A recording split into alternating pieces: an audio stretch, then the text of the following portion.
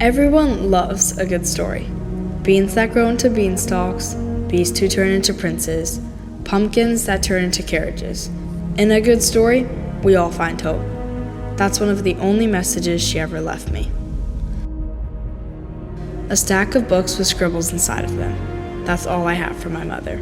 Throughout my life, I've opened those stories, read her scribbles, and tried my hardest to find the hope embedded in them. Here's the thing about those stories, though.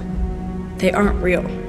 I've never found a magic harp that put to sleep the giants in my life. No one has ever seen beyond my outside long enough to love me for me. And the closest thing I've had to a fairy godmother is the one social worker who took the time to make sure I had a decent bag to carry my things in. In my story, there were no happy endings. I've always been the girl on the outside, looking in. And to be honest, that was okay with me. I was okay just being invisible. I learned it hurts a lot less that way. That was until one day, when I picked up the last book in that old stack I've dragged along with me for all these years. It was tattered and worn, like it had been read more than once. To be honest, I almost threw it away. I was exhausted of stories that promised happy endings and left me hoping for a world that didn't exist. Hesitantly, I opened the book. I saw my mother's handwriting. But it wasn't written in the scribbly way I had seen it before. It was written in a careful, intentional way.